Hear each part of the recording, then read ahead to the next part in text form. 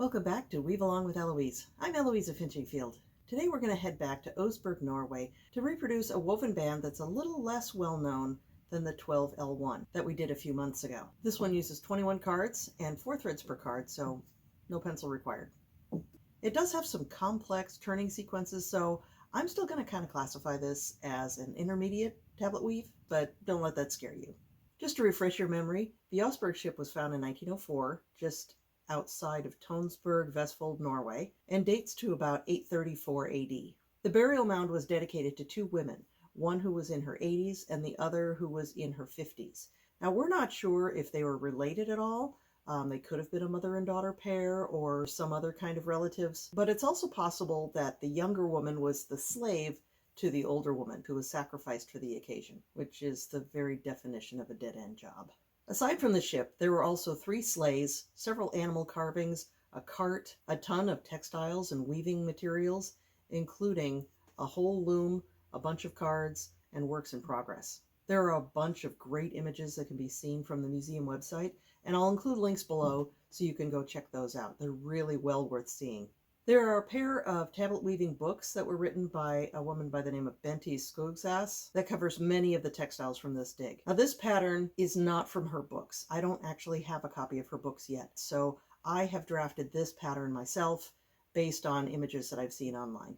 This piece celebrates the kingdom of Calontir, which started as a principality in the Middle Kingdom in about 1981-82 and became its own kingdom in 1984. Its colors are gold and purple, which is kind of like the Minnesota Vikings, which is kind of appropriate because the piece that we're doing is from Norway, and a lot of people in Minnesota are descended from Norwegian settlers. Yeah, sure, you betcha. Oofda oofda. You want some eggs, Margie? Oh yeah, he's a big fella. Don't forget the hot dish. Some of you may not be aware that I used to live in Minnesota, but my joke kind of falls apart there because Minnesota is not part of Calontir.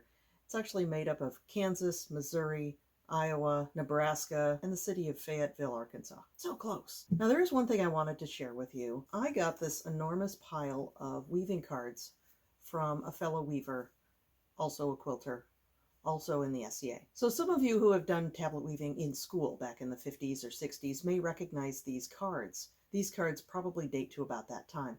About 3 years ago, Patricia came to me with a shoebox full of weaving miscellanea, and she said, yeah, I'm taking care of my elderly mother, and I just don't have time for weaving. What time I do have that I spend with my mother, we do quilting. But anyway, she decided that she was pretty much done with weaving and decided that since I had taken up the craft, that she would give me this big pile of cards. She also gave me about a dozen of these bobbins, and it still has 4 threads wrapped around each one.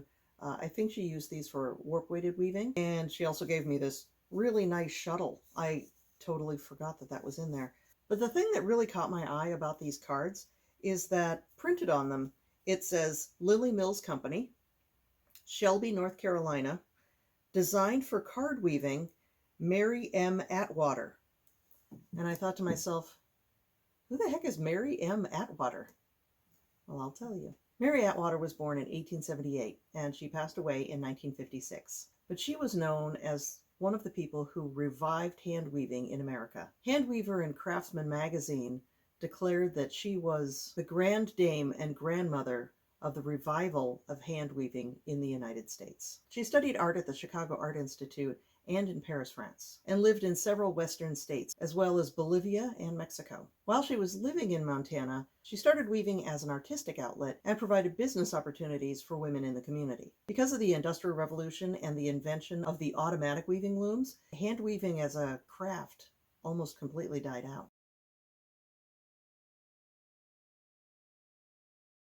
There were a couple of notable hand weavers.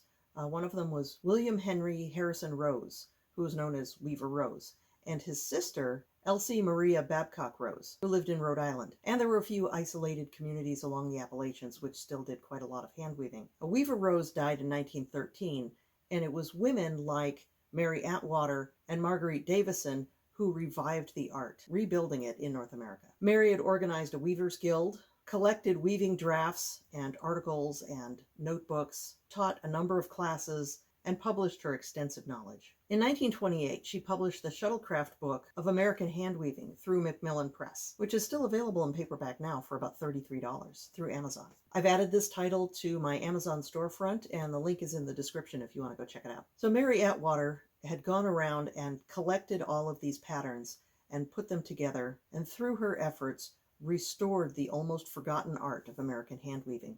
Carol Strickler from American Coverlets said, "The 20th century revival of American handweaving began with a few individuals who rediscovered the roses coverlets and the surviving weavers. These interested individuals saw a need to collect the woven pieces and knowledge still around before the coverlets were permanently destroyed and the information lost. They recorded or acquired coverlets and coverlet fragments, as well as written drafts, notebooks, and account books. They founded weaving schools and donated collections to museums, and these collections, including Mary Meigs Atwater, left a legacy for today's weavers, historians, and collectors." And Miss Atwater herself stated in her book, "There are actually more hand looms in operation at the present time than there were at the time of the Revolution, when all textiles were being woven by hand." So on behalf of all weavers, for her efforts, I say thank you. Sadly, a few months after Patricia gave me these things, her mother passed away. And a few months after that, so did Patricia. So I think I'm going to use these cards as a tribute to her and to Mary Atwater for this next week. So this pattern takes 21 cards and either 2 or 3 colors, your choice. So let's grab your loom, cup of tea, and let's get started. And we need to make sure that we've got everything here. We've got thread, loom, pattern, sharp scissors, cards, and an extra Lazy Kate. All right, so this time I've decided to take the shortcut and have 2 spools of yellow and 2 spools of purple so that hopefully the warping will go twice as fast. It's a good theory. I'm going to run with it. So we need to move this tension bar all the way to the beginning position, like you do. Make sure it's nice and snug. All right, we are ready to get this thing warped up. Okay, first card, 4 yellow threads. I've got 2 in my hand. I'm going to leave that nice long 3, 4, 5-inch tail and follow the pegs all the way around, top to bottom, front to back.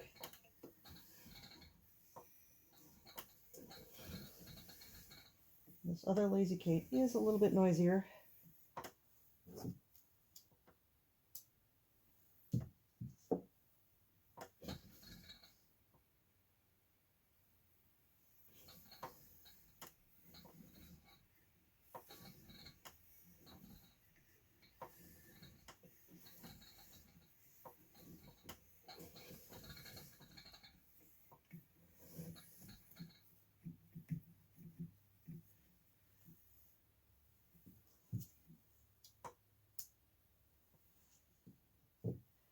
Card number 1.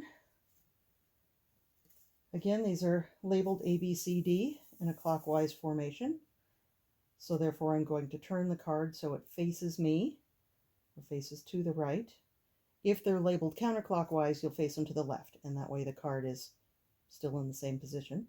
These ones are S-threaded, which means the thread goes through the back of the card, or the left side of the card.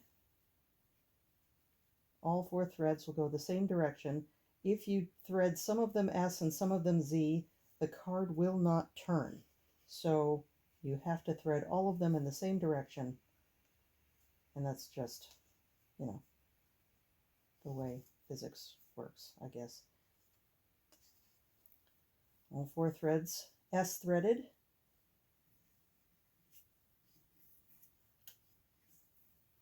Doing a surgeon's knot, which means twice around and then once. So left over right twice and under, right over left once and under.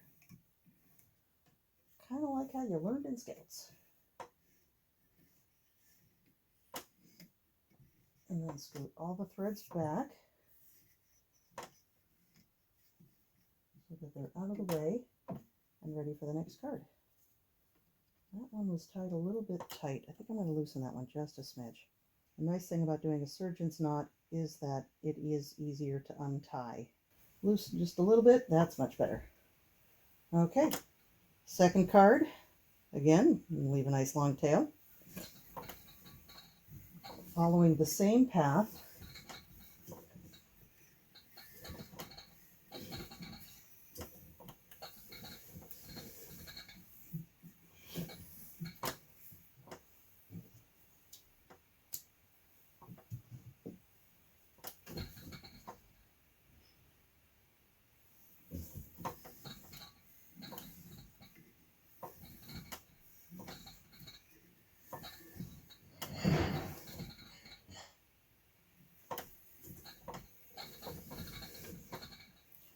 Just my son cooking. It's okay. Nothing broke. Okay.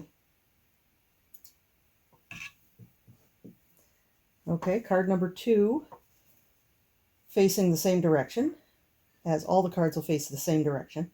This is Z-threaded, so it goes through the front of the card, or the right side.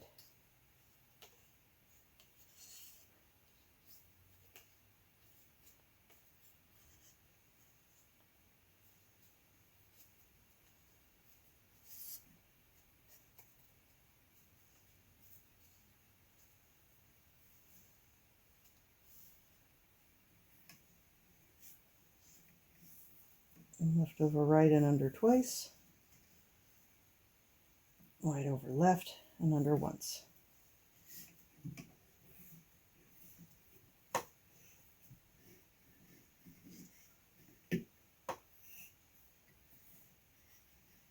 Oh, that's better. Okay, so card number 3, we're using 2 colors, and I have 2 spools of each color, so this should go much faster.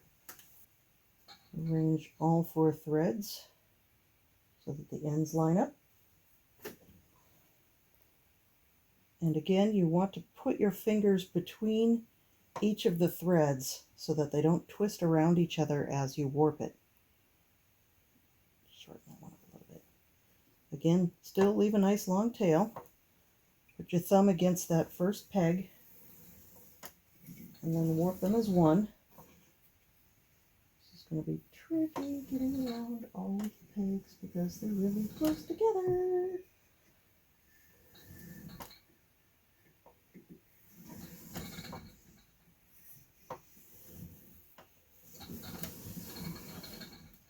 I hook it with my finger, wrap it around that first peg, around the second peg, and then that third peg. Alrighty, and snip them all at once.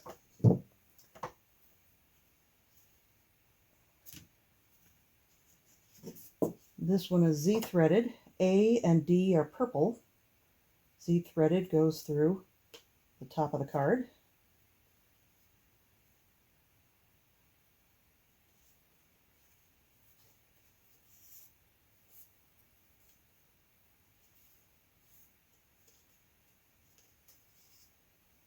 B and C are yellow.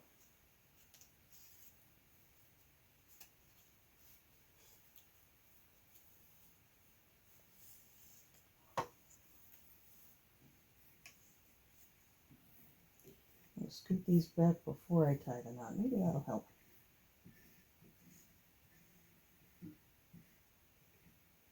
Another reason to leave a long tail.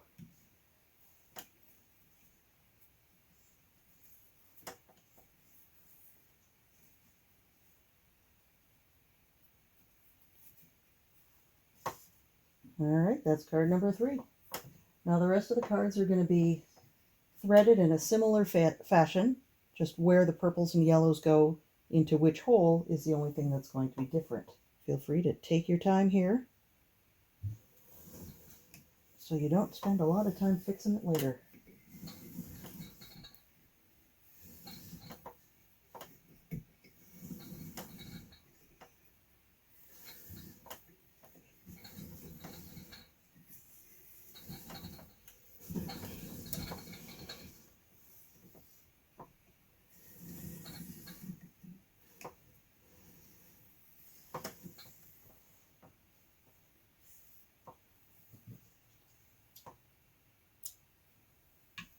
Okay, card number 4.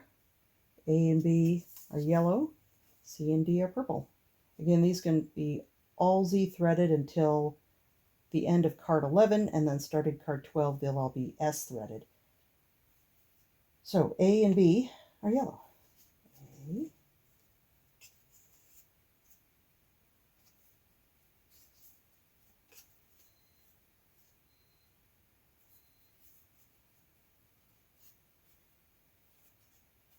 And D and C are purple.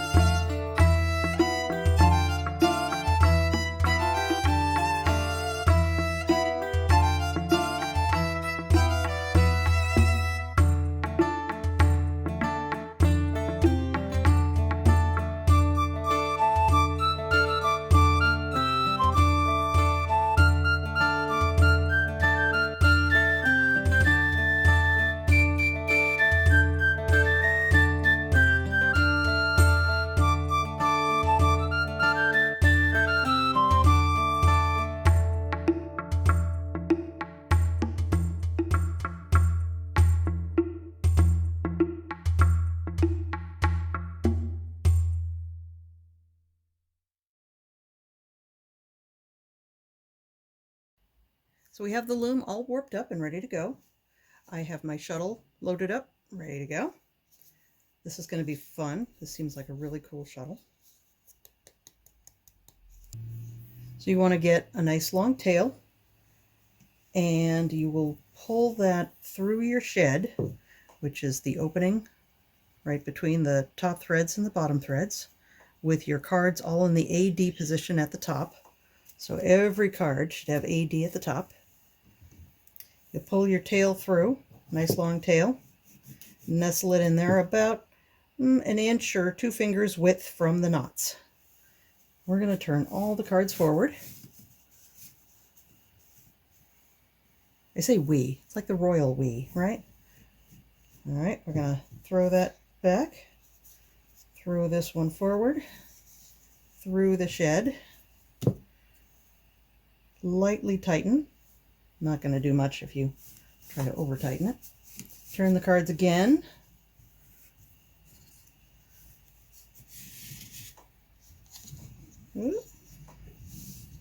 Shuttle back through. Another turn. Should probably be able to start tightening up the weft at this point. Everything nice and snug. Pass your shuttle through again. Press the threads down a little. Turn the cards back to the AD position at the top.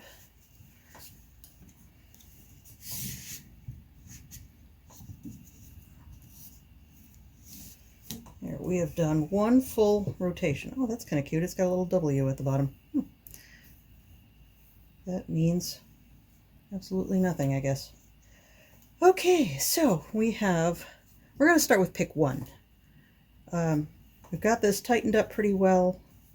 It seems to be, the threads are stable. I think we're good to go. So pick number 1. You have 2 forward, 1 back, 4 forward, 3 back, 1 forward, 3 back, 4 forward, 1 back, and 2 forward. Okay, unlike so many of the skip hole weaves that we've done, this is not going to have, you know, turn a card forward twice and then turn it backward twice. There's not going to be that symmetry, the double turning, and it's going to be totally random. And pick number 2 is going to be different than pick number 1. So this will probably be new for some of you. So we need 1, 2, 3, 4, 5, 6, 7 forward. So that's 6, 7 forward. And then 7 back. That's 5, 6, 7. And then the rest forward.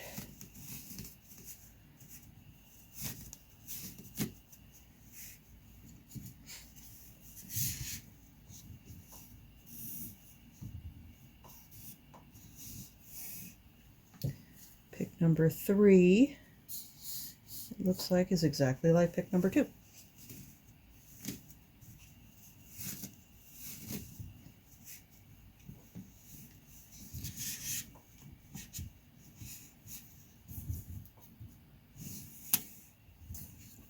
Let me get that thread out of the way. Pick number 4. Going to have the 2 additional cards on the outside there, going backwards, and the rest forwards.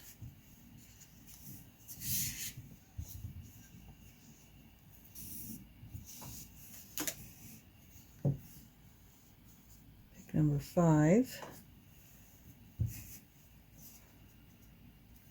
2 forwards, 4 back, 2 forwards, 5 back, 2 forward, and 4 back.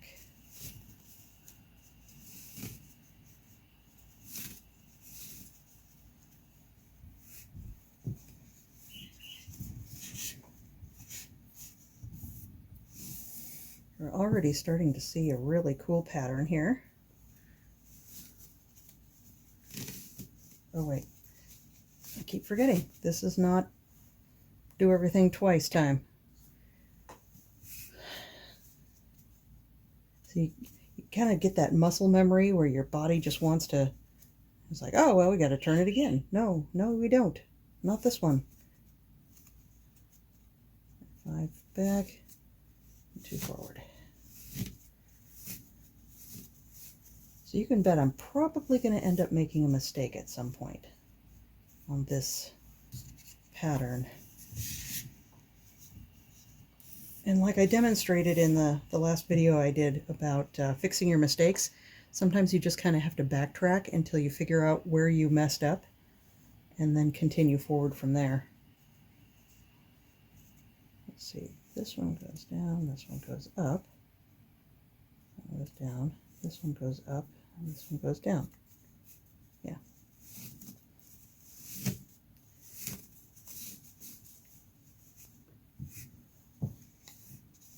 Having your cards numbered for this weave will sometimes help you a lot with saying, okay, well, 10 goes forward and 11 goes backwards. See, I almost did it again.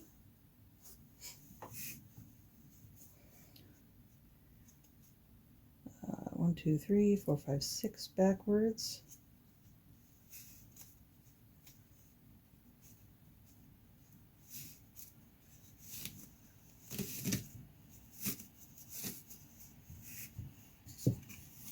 Really have to take my time and be conscious of what I'm doing.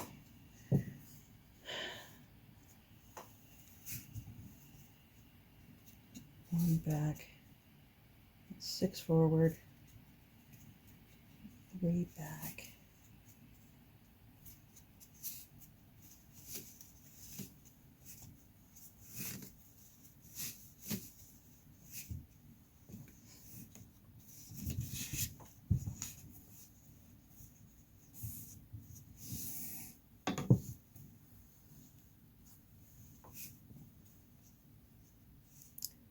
And 1 through 8, 8, and then 2 back, 1 forward, and 2 back.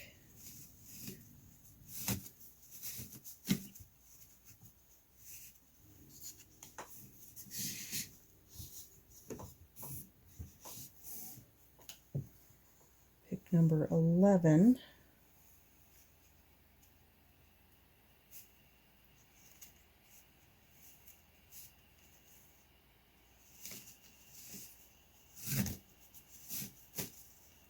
Not really describing what I'm doing because this is kind of, I don't know, just in my head here.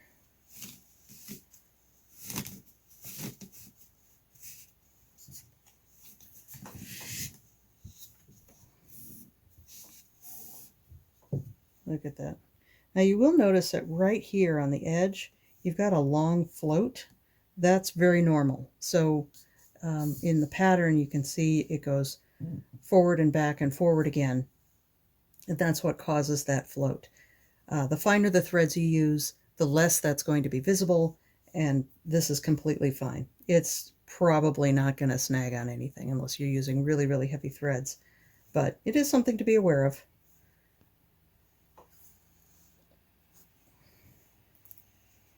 Next pick, number 12. Let's see, where are we at? 7 and 8 go back. Those 5 go forward. And those 2 go back. Are we at pick 12? No, we're not. Okay, see, I messed up. What did I do wrong?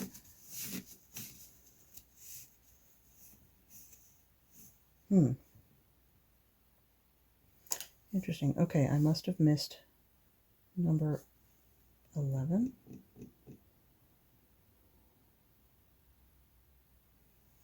All right, well, let's try that. Go back to number 11. Nope, that's wrong too. Okay, so now I got to figure out where I messed up. So go back to the last known. I'll go back to there. And then, did I already do that one twice? I did that one twice, see? Gotta pay attention to what you're doing, right? Okay, so now we're on pick 12, which is 3, 6. Those 2 go back, middle 5 forward, and then 2 go back.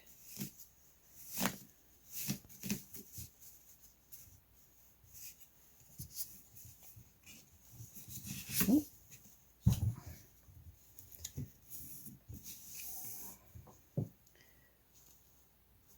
Alrighty, so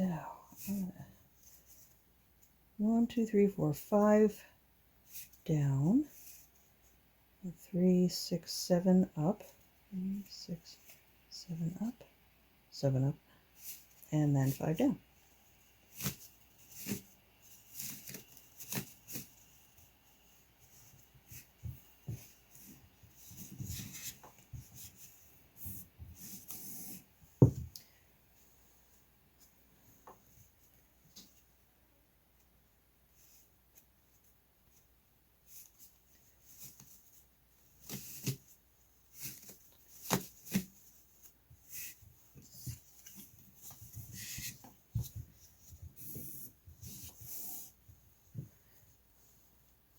Pick number 15 is the same as 14. So, yay, we can repeat one.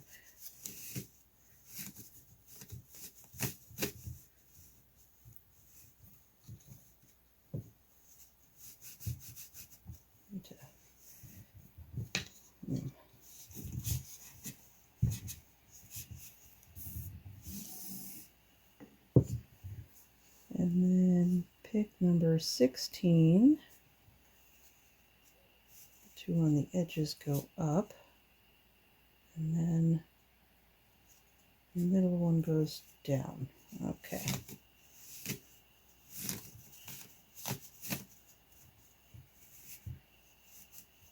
So like I said, this isn't necessarily a more difficult pattern because it's still turning the cards. It's following the pattern, but because there are so many uneven turns, I mean, this is symmetrical through the middle, but you know what I mean. It's not repeating, and it's not all cards forward and all cards back. You really have to slow down and kind of pay attention to what you're doing.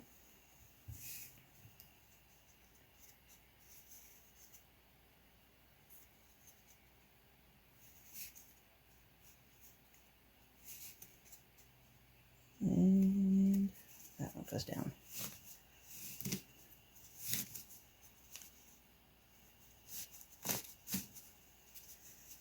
These cards are bigger than, I think they're probably a little bit bigger than the standard size you get online right now.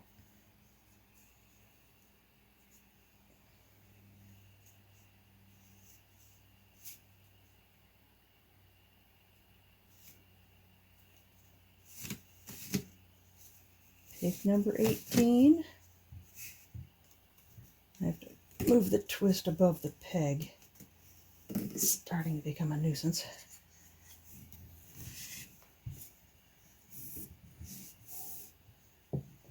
Pick number 19 is a repeat of 18.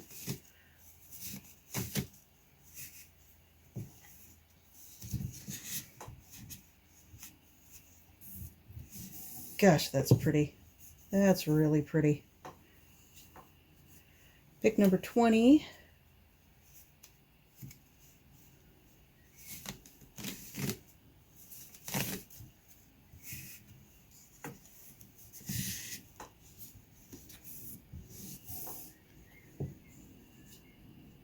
Pick number 21. 4 down, 3, 6, 9 forward, and 4 down.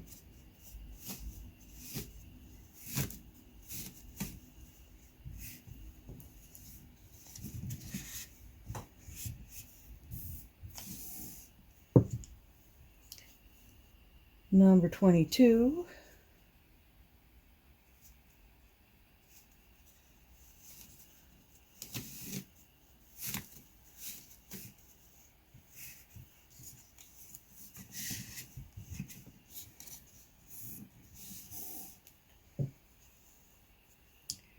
And 23 is the same as 22.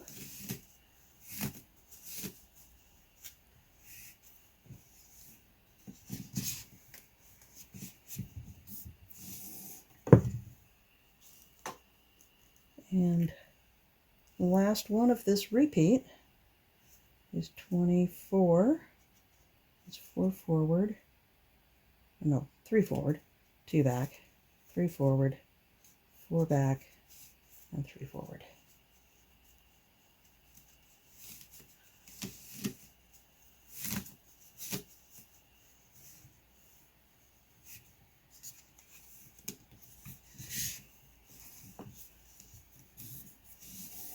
And that is the end of that repeat.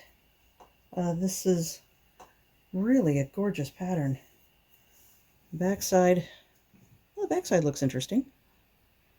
It's because the cards are tilted, of course you end up with that jagged edge line because they're angled the wrong direction, whereas you get the smooth line on this side, you get the jagged side, or the jagged edge on that side. Still looks very cool though. That is a very cool looking pattern. And of course, it'll keep repeating with the X's and boxes all the way up